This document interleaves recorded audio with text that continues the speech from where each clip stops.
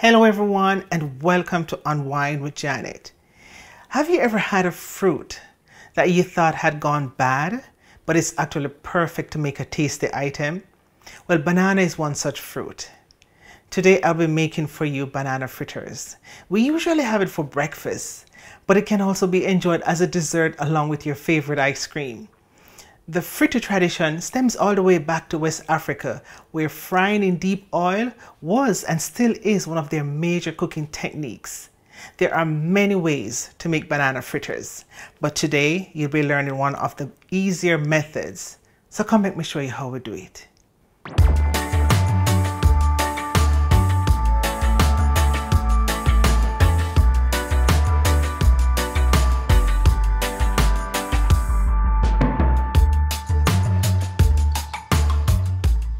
Welcome back, my friends. Now for this banana fritter recipe, you're gonna need 3 overripe bananas. And you heard me correctly, overripe. You're gonna need some oil for frying, and you're gonna need about 1/2 teaspoon of nutmeg. I have the whole nutmeg, but if you have the ground nutmeg, that's also fine. 3 tablespoons of brown sugar, 1/2 tablespoon of baking powder, a teaspoon of vanilla, 1/2 teaspoon of cinnamon powder, and a pinch of salt.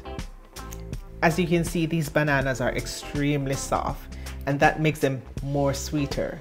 So don't throw away your bananas, just try and find something else to do with them, just like making banana fritters. So I usually crush it with my fork, and if you have any other method of crushing, go for it, because the end results will still be the same. Now, I like to leave just a few lumps of banana in the mixture because I like the taste of small uncrushed pieces. So now that most of the bananas have been crushed, I usually add the brown sugar at this stage to the mixture. And the reason why I add the sugar to the banana mixture is because it will allow the sugar granules to be dissolved by the time I'm ready to add all my dry ingredients. So you won't have to taste sugar granules when you're eating your banana fritters. Now, as you can see here, the consistency has changed, so it has become more liquid, and that's what you want. But it has a little bit more lump in it, so that is why I'm using the whisk to get rid of some of those lumps. A lot of times, persons might add an egg at this stage, but I am not. And as I had mentioned earlier, there are many different methods of making banana fritters, but this is just how I make mine. So when your mixture is almost lump free or it's runny, that's when you're going to add all your other ingredients. Now there are 2 ways in which you can do that. The first, you can combine all your other dry ingredients in a separate bowl and mix them well together. Now this will allow for even distribution, or you can pour everything in the banana mixture and combine. I'm using the first method because I rather know that all my ingredients are evenly distributed. So after the vanilla has been added, I will add the flour mixture, and remember that mixture has the nutmeg, cinnamon, and baking powder and salt. I will only add about 3/4 of it and fold it in to the banana mixture. And the reason why I did not add all the flour mixture is because you run the risk of flour lumps being formed, and the last thing you want is to have the taste of raw flour when you're eating your banana fritter, right? Now, I'm adding just a little bit of water because I have more flour mixture that needs to be mixed.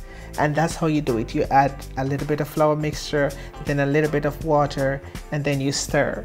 Now, you want to make sure that you're scraping the sides of the bowl and the bottom of the bowl just to make sure that all the raw flour is fully incorporated. So a little fun fact for my non-Jamaican friends. If you should be anywhere and you hear the word fritters, it means the same thing. In Jamaica, we don't say fritters, we say fritters. So if you're gonna have breakfast, we're gonna have fritters for breakfast, and it's the same thing. So take a look at this. This is the perfect consistency. It's not too runny, it's not too thick, and it's slowly falling off the spoon.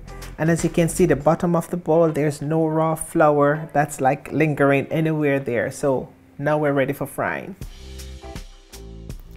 In a heated skillet, you're going to add your oil, and you want to make sure that your oil is heated to at least 350 degrees.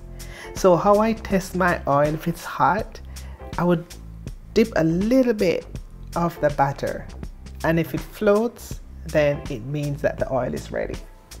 Now all you have to do now is just spoon your batter in the skillet.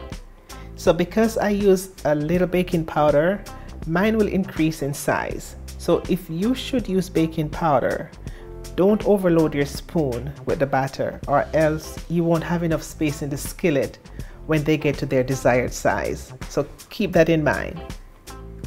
Now if you're frying them on the stove top, you have to make sure that your heat is at medium. Because the sugar is in the batter, they will burn easy. So just make sure that it's on medium. Now you also might wonder, how do I know when it's ready to be turned? So what I look for, those bubbles at the top, right on top of the batter, that's what I look for. As long as you see them there, it means that it's ready to be turned. And once you turn them and they're golden brown, then that's your telltale sign. It's perfect. Now in order for you to know when they're finished, they tend to feel a little bit lighter and they float. And once you take them out, you have to make sure that you put them on some paper napkin to absorb the oil. You don't want to be eating a greasy banana fritter in the end, okay? So go ahead and give it a try and let me know how it turned out. Leave your comments in the comment box. Thank you everyone for watching. I hope you liked this video. And if you did, make sure to give it a thumbs up and hit that subscribe button so you don't miss next week's video. What good? Till me see you next time, alright?